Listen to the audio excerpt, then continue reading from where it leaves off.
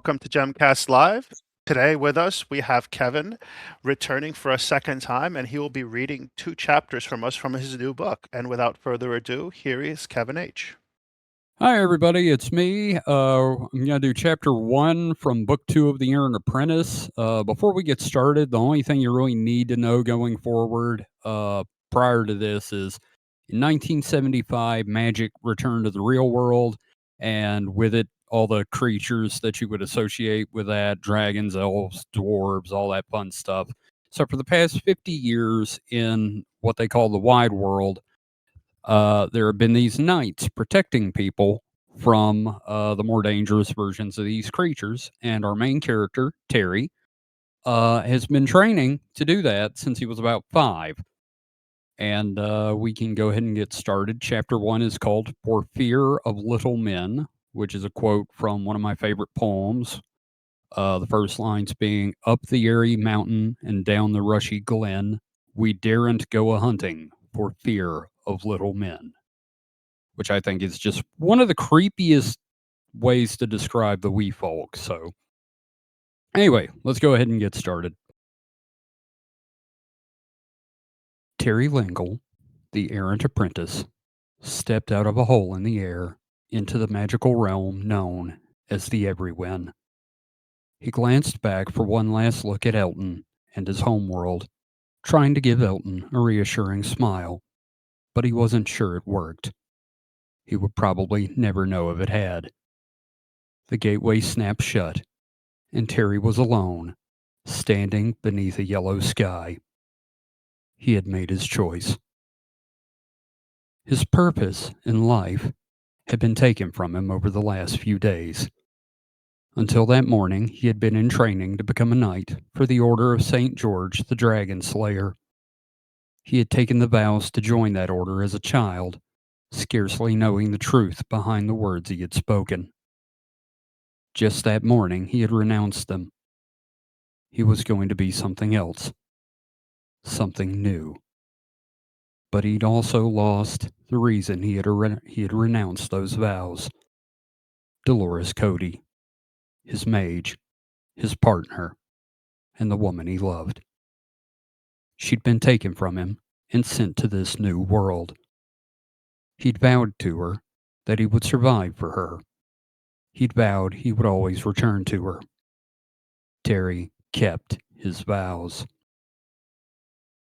Behind where the portal had been was a massive valley, and through that valley a river snaked its way along, turning to pass the hills he found himself in. He thought he saw cleared land along that river, but he couldn't be sure from this distance. He turned to look at the mountain that had drawn his eye before entering the portal, and he did not like it one bit. For one thing, it was a single mountain on its own, not part of a range, and was surrounded by foothills on all sides. It was on one of these that Terry found himself. The mountain was covered in geometric shaped boulders, cubes, spheres, cones, pyramids, and at least a dozen shapes Terry couldn't name with his limited education. But the worst part of the mountain were the holes. The mountain was honeycombed with holes, and a thick fog poured out of the lowest of them, filling the space between the foothills. It gave the entire landscape an otherworldly feel, which was appropriate now that he came to that. The sight of it was what made him truly realize how much of his life had been changed and how much he had just lost. He'd now lost his best friend, his lover, his future, and his home, all in the time it took to boil an egg. He sat down hard on the ground, dropping his saddlebags and his sword, and the tears came. Any anger at the forces that moved his life had fled, and he was just left with the loss now. That and the impossibility of his task. He had no idea how he was supposed to find Dolores. He didn't know if he was near where she had come through, and there was no telling how much time had passed. Months, possibly years. She could be dead. She could be an old woman now. What would he do if that was the case? And what if he never found her? This was an entirely new world that he'd been told was larger than Earth. The hopelessness of it sapped his strength and his will to continue. Terry shook his head. No, he said out loud. No, damn you, you're not ending like this. You're not your father. Get up.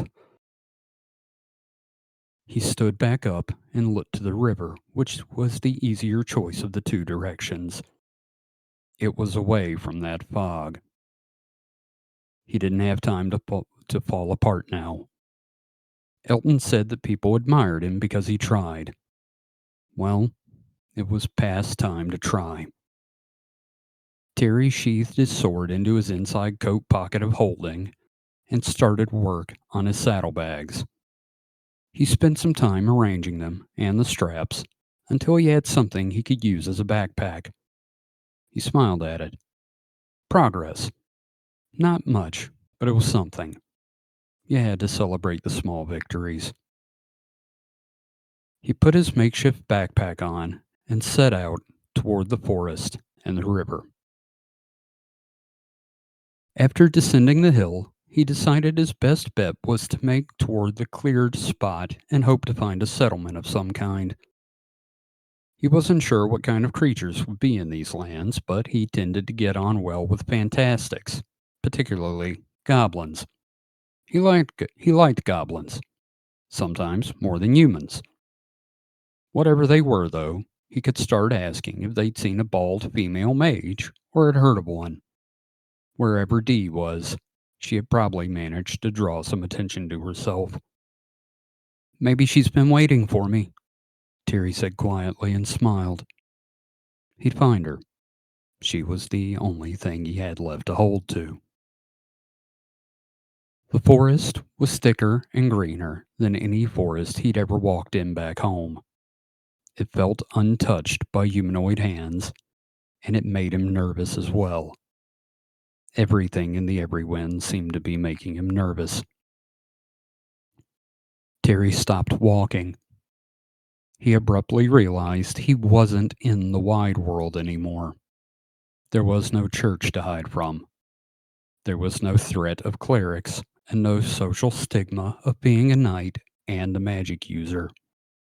Terry could, for the very first time, be exactly who and what he was, and it was time to do so. He inhaled, and as he did, he drew mana into himself. He thought of it as mana this time, not as will as he always had before. There was no point in lying to himself anymore. He nearly filled himself, and he became aware of just how long that took. Dolores had said he was frighteningly strong, and he'd somehow grown recently. Then Terry actually felt the mana inside him. Dolores had also said that as you held mana, you could feel its desire to be used, but not what to do with it. It had always made him feel giddy and active, but that was the worst of it. The mana in the Everywhen felt different. He could feel its will. It knew its purpose: to create, to heal. He felt the need to commit great acts, to move the world. He immediately let most of it drain out of him. The need was terrible. He kept enough to do the things he normally did, no more, no less.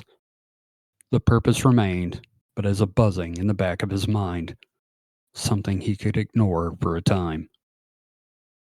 Terry usually ignored the web of mana that spread over the world as well, but now he watched it closely. It pulsed around him in response to life, and he could tell he was surrounded by living things. He couldn't tell anything beyond that, so he shrugged and set off again. He watched and listened as hard as he could. He was still extremely nervous about this place. Well, looky here, got us a big fella, a voice said from somewhere. Terry kept himself calm and didn't spin around in a panic. He carefully scanned the area but couldn't see anyone. There was no way he could have missed a grown man approaching him, was there? Over here, haircut, the voice spoke again, and this time Terry turned toward it. Standing on a tree stump was a tiny man. He was maybe 3 or 4 inches high and dressed in rustic clothes with a green coat and a red Smurf hat. Sticking out of that hat was a white feather. The little man was tanned and had sandy blonde hair. His pointed ears reminded Terry of elves or goblins. The little man seemed to preen under his attention, almost like a cat. And who might you be when you're at home, Big Job? The little man asked. Terry blinked. Are you a gnome? The little man stared at him. Do I have a tobacco stained beard and look like I go around collecting garbage? Guess again. Terry shook his head. I'm sorry, that was rude. He knelt down low and held a finger out. The little man seemed to get the idea and shook Terry's finger. I'm Terry. I'm here from the wide world. What's your name? Well, aren't you a trusting soul? The man said. You can call me Humphrey, Master Terry. I believe I'm here to give you directions. Terry smiled. Maybe his luck was changing. That's great. Can I ask you something? I suppose, the little man said wearily. I'm a student of what we call fantastics back home, and I've never actually seen your kind. Are you a fairy? Humphrey gave Terry a flat look. I believe you meant Tuatha-De-Danann. Terry tried to repeat the word in his head and gave up after the third attempt. I kinda think I meant fairy. The little man walked to the edge of the stump, and the smile on his face had lost all friendliness. It was the look of an irate waiter trying to keep his job. Perhaps, Humphrey said in clipped words, you meant the wee folk, or the gentry, maybe the good folk, and not that other thing you said.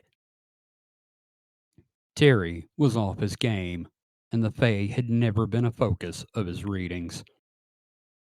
Nope, I'm pretty sure I meant fairy. Oh, that's it, the little man said.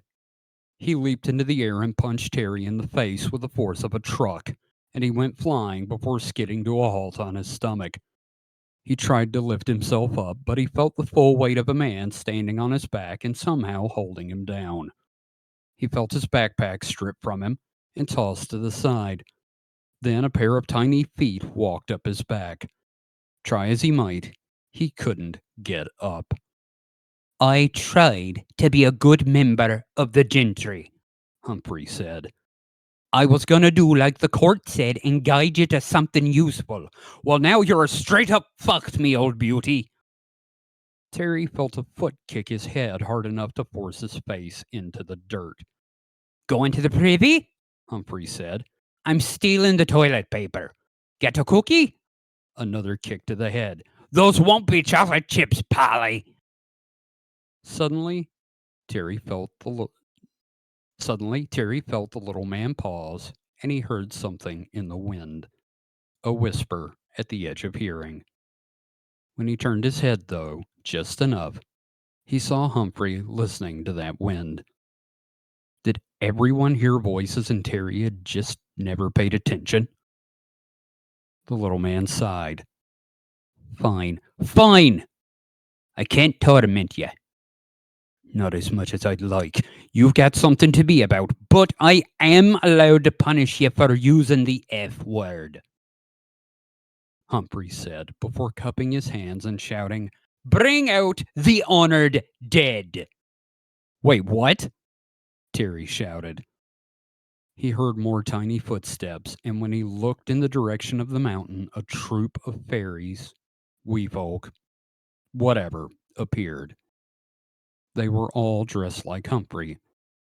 They were also carrying a corpse. It was dressed like them, but was the size of a toddler. Terry blinked. Then the thing's head lifted, and Terry's skin tried to crawl backwards off of his body. Are we leaving yet? The corpse asked. Terry heard screaming, and it took a moment to realize it was him doing it. He hadn't realized he'd started. He hated the undead, and this thing was certainly undead. It looked dead. The eyes were the milky white of a corpse's eyes and didn't move. The skin was ashen. It had an odor. Terry tried to climb up to run and nearly made it, but Humphrey jumped up and came back down on his back so hard it forced him back down. Oh, no, you don't, the wee folks said, and Terry could hear the grin in his voice. We have specifically been given permission to do this. Terry laid there and felt himself shaking as the giant, tiny dead person was placed on his back. The thing gripped him tightly through his duster. He thought the fingers and heels might be digging into the armor underneath. It hung on as if it were a part of him. Terry finally managed to struggle to his feet. He tried taking his duster off and running, but it had become attached to him. He tried shaking the body off, but it wouldn't budge. It weighed a ton. What is this? Terry shouted down at the troop of fairies. Oh, Humphrey said. It's simple, bright boy. Daniel there is dead. You have to take him to holy ground for us and bury him. If you don't do it by sunrise tomorrow... Humphrey trailed off and thought for a moment. We'll cut your balls off. The rest of the troop nodded sagely. Terry screamed in anger and started trying to stomp the little men, but one of them swept the leg and knocked him to the ground. Terry sprung back up and looked around. They'd all vanished. They couldn't be serious, he said to himself. Oh, they're serious, the corpse said suddenly. Terry felt his hair stand on end. And if you don't mind, I'd rather have this done sooner than later. Terry took a minute to compose himself. He was letting his emotions get away with him. He took a deep breath. The stink of death settled into his lungs, and he nearly threw up right there. As he straightened, he felt the massive weight of the corpse bounce on his back. Giddy up, Daniel said. Terry grumbled and set off in the direction the little corpse indicated with a finger. And there we go. That was chapter 1. I had fun with that.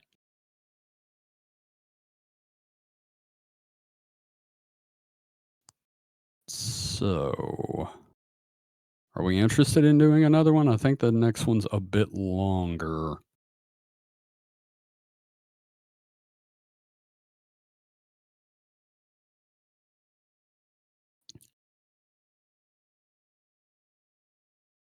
All right, we're getting quiet from there. If you would like, I can go ahead and start the next one. I've got it pulled up from the website. Terry felt like he'd walked for... This is, by the way, chapter 2. I'm sorry about this. Chapter 2 is called Find a Grave. Terry felt like he'd walked for hours by the time the little dead man, Daniel, helped him find a road. It was a wide, hard-packed dirt affair running through a cleared path in the woods. It had probably begun as a game trail like the Natchez Trace back home. The fact that Terry hadn't seen it from the hilltop vantage point meant it was either extremely well hidden or further away than he thought. He saw signs of cartwheels and horseshoes as soon as he stepped foot on the thing. He glanced over his shoulder at the foul-smelling little man he carried. Which way? He asked. He realized it was the first time he'd spoken to the dead man. The little creature looked left and right and seemed to think far longer than necessary. Right, Daniel said. You don't sound sure. Don't question me, the little man said. Terry shrugged, which was not easy with a small corpse on his back. He started trudging up the road. Terry hoped the little jerks that had done this to him would give him his saddlebags back after this. They were only marginally lighter than Daniel, but they didn't smell so bad. They also contained, if he remembered correctly, some beef jerky he'd stashed. He'd need something to eat eventually. After a long while of walking, Terry spoke over his shoulder again. So, where exactly am I taking you? He asked. Finally, the boy decides to start thinking, Daniel said. There are several burial sites where we dump entomb our dead. You're taking me to each one in turn until you find one where I'll be accepted. Terry's head jerked up. Are you telling me it's full of the talking dead? You're basically going to have roommates? Terry felt a cold and entirely too firm hand smack him on the side of his head. Respect for the dead boy. Fine, sorry, humans just don't do that. When we're gone, we're gone.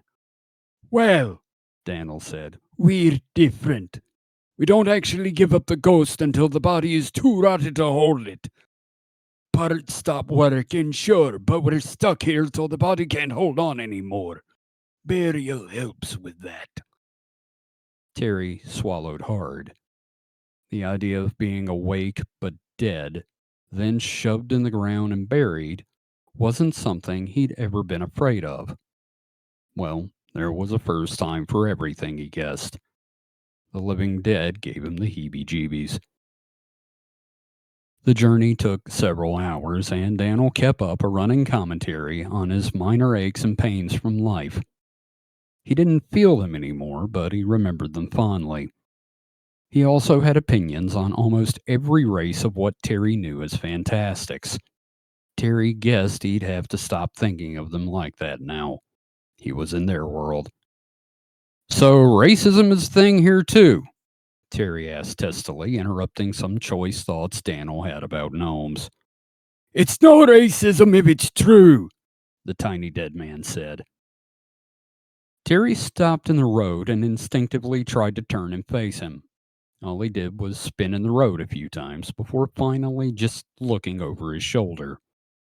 Listen to me, you horrid little man, Terry said. I may be stuck doing this, but I am not going to put up with your bigoted talk anymore. I will lay down, face up, in the river until sunrise tomorrow and sacrifice my manhood just to teach you a lesson. Do you understand me? Something in Terry's tone of voice must have sunk in because when Daniel spoke again, it was a bit more meekly. Right. Sorry. I thought most humans hated other races. Terry squared his shoulders and started walking at a brisk pace. Yeah, well, I'm not most humans, was all he said. Huh. Well, aren't you hero material then? That warning didn't shut Daniel up, though.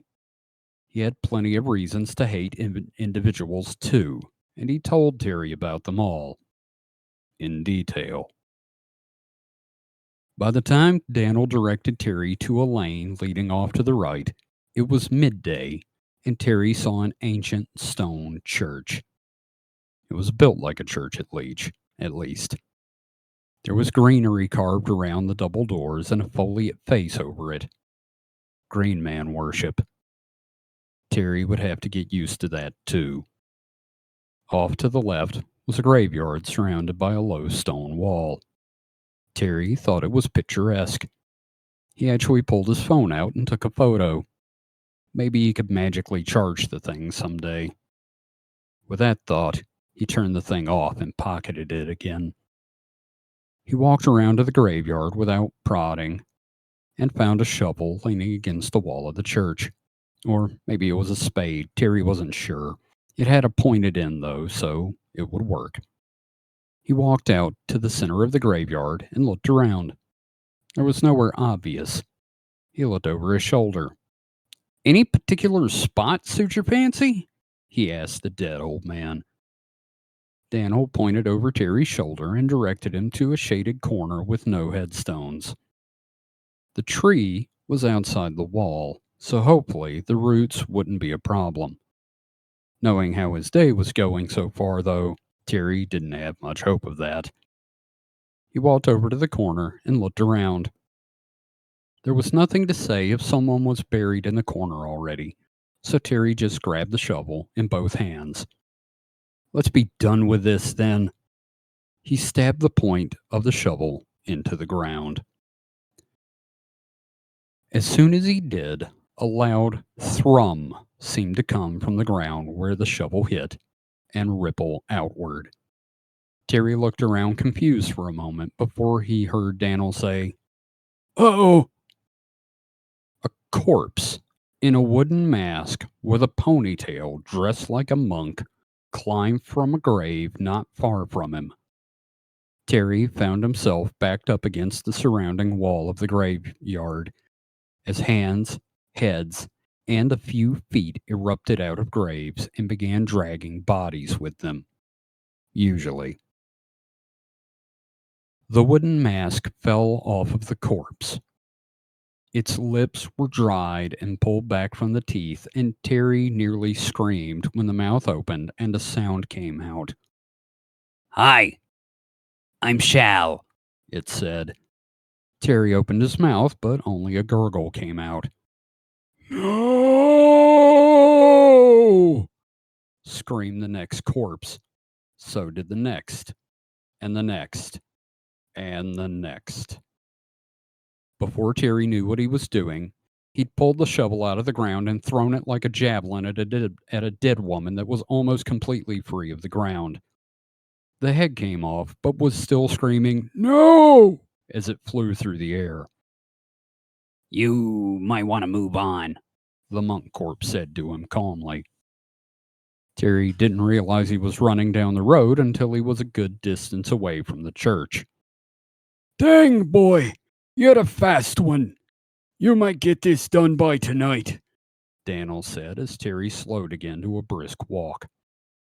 That necromancer in Yazoo City had been about the most unpleasant thing Terry had ever dealt with. He wondered if this was punishment for forsaking his vows. The sun was setting by the time Terry reached the next church. It was on the outskirts of a village that he looked at longingly. He didn't dare go near with a dead man on his back. He had fished around in his pockets of holding and found a protein-packed candy bar he had stuffed in there sometime in the past. Current Terry thanked past Terry for his kindness before downing the thing. He drank from the river nearby, and it was the cleanest water he'd ever tasted. But now he shuffled up to the church, and there was no graveyard. "Dude, seriously?" he said over his shoulder. Daniel looked around. "Welp," the wee folk said, "under the altar it is."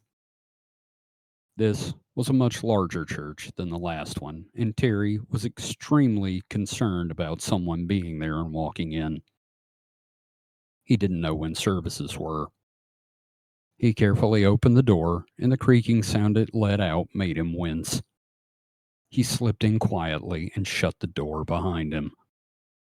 The interior of the church was dark, so Terry pulled his sword out. It gave off a clean, steady, white light, and he walked down the aisle to the altar. It was made of a dark, rich wood and was carved like a wide tree with a face in the center of the foliage. It was beautiful. Terry felt along the carving, and it was smooth. The wood had been sanded to the point that he couldn't feel the grains. "Push it back, then. We don't have all night."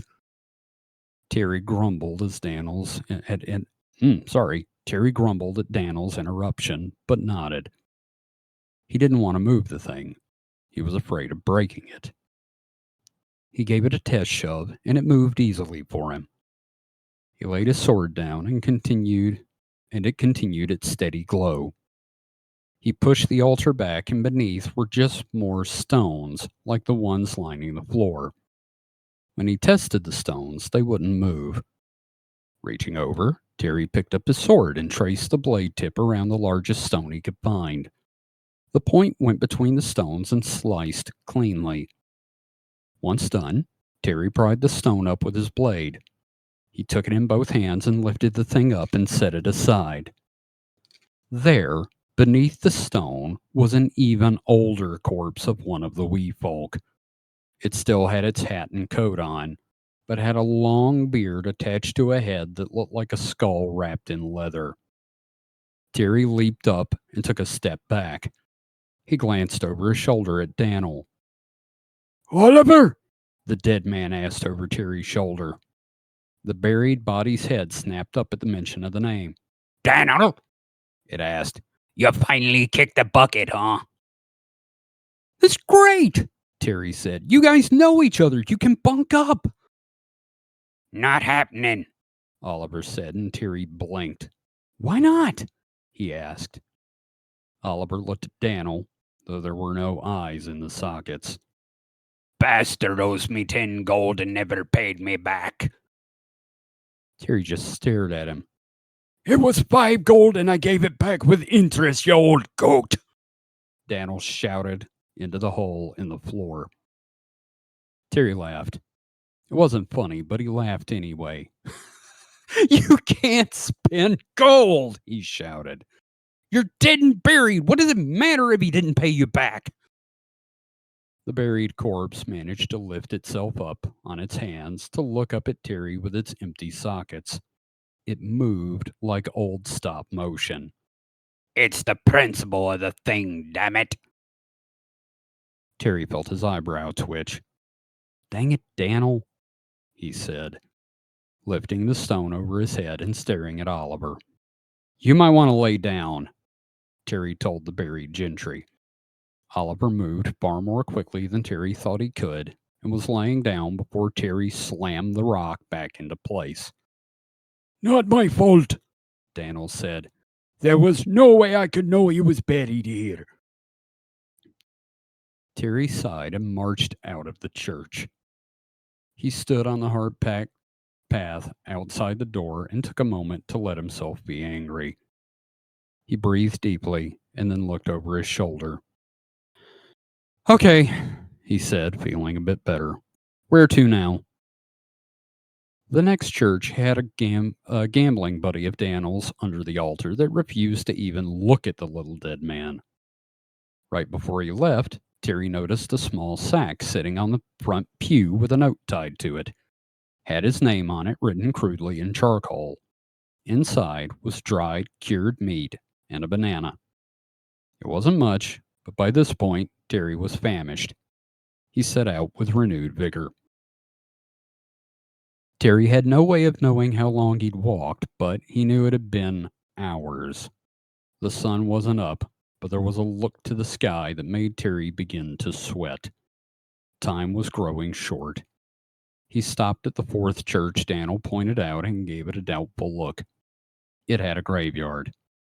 Terry let himself through the wooden gate in the stone wall and quietly made his way around to the yard. There was, again, a shovel waiting. Terry had no way of Terry put the point of the shovel into the ground and waited. There was no thrum, no ripple of bad vibes. Nothing started crawling up. There was no strangely friendly monk. He sighed with relief and scooped up the first load of dirt. After the fourth scoop, Terry became aware of a rising murmur. He looked to the road, and there was an orange glow lighting up the leaves of the trees along one side. Terry planted the shovel and ran to get a better look. "Ah, dang," Daniel said, and Terry looked at him in confusion. "What?" Terry asked. "I think news is getting around. Someone sent runners or something." Terry stared hard. He could make out a mass of people. They carried torches. Several had pitchforks. Huh, Terry said. He felt oddly calm. I've never been run off by an actual torch and pitchfork mob before. I have. I'd start running. We got one more option before the sun comes up, boy. Terry didn't waste his breath answering. He just leaped over the short stone wall and ran as fast as he could. Aloysius was a curious horse in both senses of the word. He was both a strange horse and he had a natural curiosity that had gotten him into trouble on more than one occasion. This occasion, in particular, had him stuck in a magic bog near the river sky. His feet were exactly where they had been at sunset, and he was, it seemed, sinking, just very slowly. Aloysius was also an optimistic horse. He was still within sight of the road, and surely someone would be along any time. Speaking of, Aloysius looked up as he heard the rapid footfalls of someone coming. He craned his neck forward and saw a distant shape wearing a big flappy coat coming closer at a fantastic speed. As it got closer, Aloysius decided to call out, "Excuse me, I seem to be..." The man, at least he thought it was a man, kept running without looking. He was in a hurry, it seemed. "Right, I'll just wait here then. I'm sure you'll be back." Aloysius blinked as he felt the mud creep up his calf muscles. As he dropped another inch, he laughed at his own position. I mean, I can't do much else, can I? Yes, he'd wait. The man would come back, and he would surely help a friendly horse out of a bog. Probably. Terry skidded to a stop. He was on a cliff overlooking a vast plain below him. The cliff had scant grass on it and vague mound shapes all over. He looked over his shoulder. "Yes!" The old corpse shouted. "This is it! You've got minutes left!" Terry looked around, but there was no shovel. He groaned. This was never going to be easy, but of course it would be down to the wire. Terry dropped to his knees and began digging frantically with his hands. The earth was densely packed and hard, but Terry wasn't soft himself. He summoned more strength and started ripping huge clumps of soil up by the handful. He tossed it not too far away and eventually had a pit about 3 feet deep. "Good enough!" Daniel said and climbed over Terry's shoulder. The feeling of the rotted skin and clothing was sickening. The smell of the old man was worse. Daniel fell face first into the hole and curled into a fetal position. Right as Terry grabbed the first handful of dirt to start throwing it in, the old man shouted, "Wait!" Terry froze, but all Daniel did was pluck the white owl feather from his cap and hold it up. Give it to Humphrey or this was all for nothing. You did good, boy." Terry snatched the feather, stuffed it in his coat pocket, and began tossing dirt in. He rose as the last clod settled. He looked. The sun was almost risen. He started jumping on the mound he'd made to pack it in better. He had it just about level with when the sun rose over the plains, and Terry saw his first yellow-skied sunrise. He just stood there and watched it. "I did it," he said. It felt so good to say, he sighed and said it again. "I did it, Dolores." He felt exhausted, and he was completely alone again. There was a slight rustling, and when Terry turned, his bags were there in the grass. Standing atop it was Humphrey of the Wee Folk. Terry stumbled over and dropped to his knees in front of the little man. "You left the food?" Terry asked between ragged breaths. "I did. Couldn't have you passing out and losing your balls, could we?" Terry went to say something, but Humphrey spoke again. "We also spread the word of what you were doing. Couldn't make it too easy for you either." Terry just stared at him. He wasn't sure if he was supposed to have learned something about humility for this or what. All he learned was to avoid these little men like the plague. He considered swatting Humphrey away, but that was another lesson Terry had learned. Don't mess with these guys. Instead, Terry reached into his pocket and pulled the white feather out. He looked at it for a moment before holding it out to Humphrey. The little man smirked and took it, twisting it in his hand and examining it.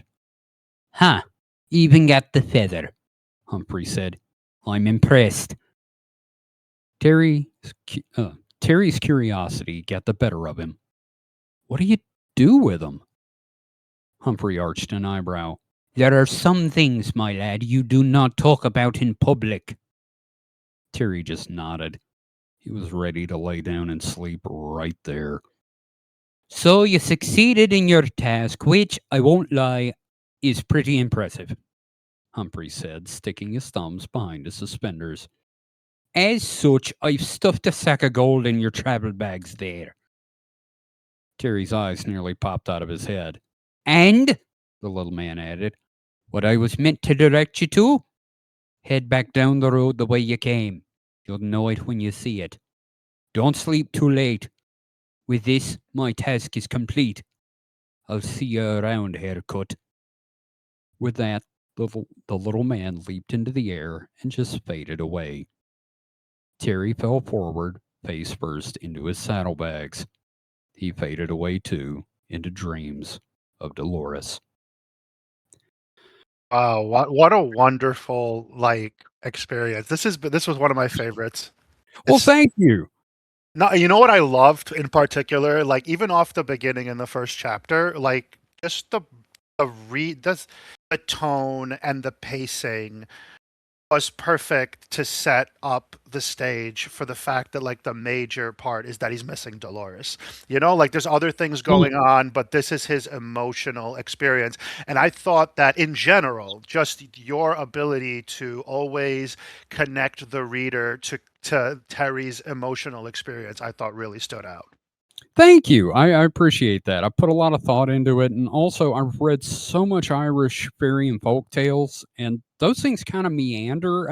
I thought, well, what if they had endings? So, because every one I've ever read was like, I met a merman and I stole his whiskey, and my wife asked where I got the whiskey. The end. I was like, let's get to an end point there. And they never seem to have a moral. Is this So, kind of what you do, having not like been fully familiar with the story? Like, do you kind of like being that magic returned to the mhm. world at a certain time? Do you kind of just give yourself like the ability to pull anything you want from magic in general, or is it like, for example, this instance, is it kind of like a certain like realm of fiction? Like, for example, something Irish adjacent. How does that usually work? Yeah, it's a little Irish. There's a lot of D&D. Big big influence from Terry Pratchett in a lot of ways. If you've ever read Discworld, um, Okay. it's his stuff is comedy fantasy with like a deep social message, and I really took a lot away from that. And I don't know, there's something really interesting about Irish fairy and folk tales because it it it's a world where people exist side by side with these fantastical creatures, and there's a certain level of respect, fear, and hatred for them because it's like, oh, it's a wee folk. I really hope he doesn't cut my balls off. Stuff like that. It's just you don't know what's going to happen. And I wanted Terry to really sort of learn that lesson. Yeah, I thought it was fun, and it's a good point to make too, because a lot of people like they have like a certain impression of the Fae folk and fairies, but like they did not start out the way that they're Oh viewed no. by most modern folks. Bunny asks, well, she says that was hilarious. Who and what are your comedy influences? Okay, comedy influences. Like I said, Terry Pratchett, Douglas Adams, a lot of Monty Python. Like I found Monty Python entirely too early in life, and I blame them for half of what's wrong with me. And the other influence is Mystery Science Theater 3000. There's like a Midwestern thing that I really adore about sort of a self-deprecating kind of humor and passive aggressive stuff. It's just fun to me. I think the Monty Python stuff kind of came across. Oh, I'm A glad. little bit, yeah. I don't have a ton of experience with it, but like based on what I've seen, like I kind of had that feel. So it did come across, and you spoke before. You touched on like the fact that Terry Pratchett had like messages in the work, and well, you did the same thing, like with the racism and whatnot. Like I thought that fit in kind of cool. Like that might like that sort of like a literary influence. Bunny's typing something over there. But like, I really enjoyed it. I thought it was great. Um, Thanks. okay, yeah, I guess expound about because Bunny said she wanted to ask about that as well. I guess expound on the like how you like to take messages and put them into your work and what you've been able to do. Well, a lot of the message stuff is and Bunny's talking about the racism. It's one of those things that like I live in the South and I've lived in the South my entire life. Specifically, I was raised in Vicksburg, which Vicksburg is one of the most unique places I've ever been because it's the only place where people actively still hold a grudge about the Civil War. And it's just so bizarre to live in the year of our Lord 2026 and be able to go to a city where there's still someone pissed that we lost the war over racism. And it's mind boggling to me. And it's not as forward everywhere else in the state, but is like an underlying current right under the hospitality. There's an old joke about someone saying, "Oh, bless his heart," and then following it up with the worst thing you have ever heard about a human being. And I'm kind of taking a literary stand against that. It's just this bizarre underlying casual racism that has been here my whole life that I can't leave it be anymore. Like what other messages and themes do you feel are important for you to communicate in your work besides, your dislike and disdain for racism? Hope, just hope, because God, it's all of us here, all of us, a lot of us here. I know several of us here deal with mental illness. It is a huge problem, and I feel like there's not enough hope in the world. And I try to get that out there in the story. And Terry has depression and anxiety, and it's become worse as his life has gone along in the same way that it's gotten worse in my life. But Terry handles it. I want people to see what hope can do. That there are people out there going through the same thing.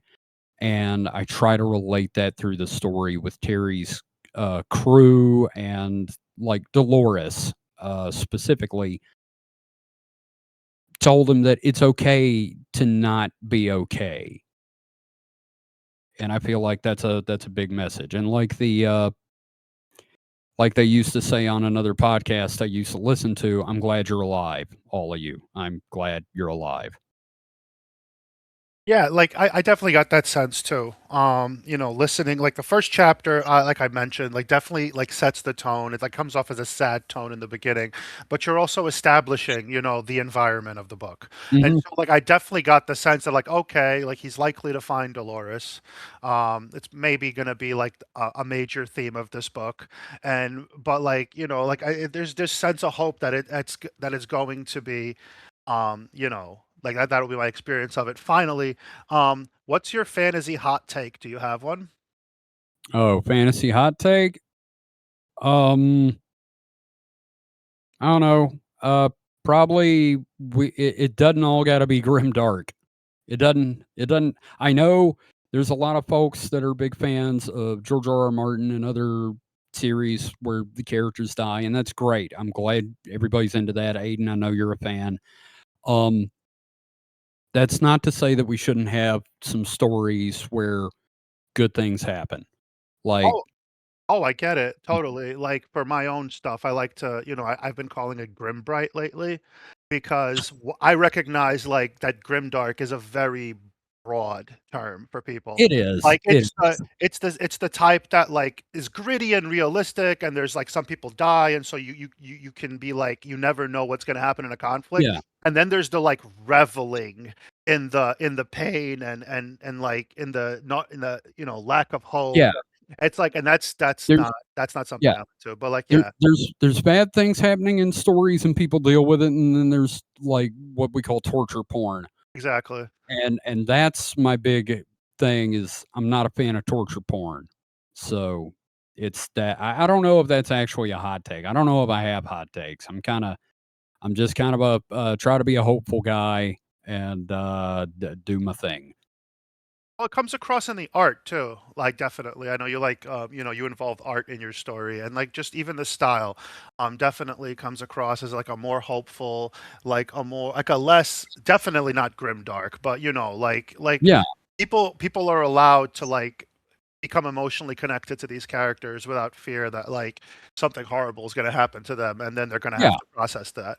Which there are going to be terrible things that happen as a story goes. I mean, that's what a story is. This isn't really what I'd consider cozy fantasy, though there may be like cozy elements. And there's going to be loss and hardship and terrible things, but you know, hope. Gotta gotta keep that hope.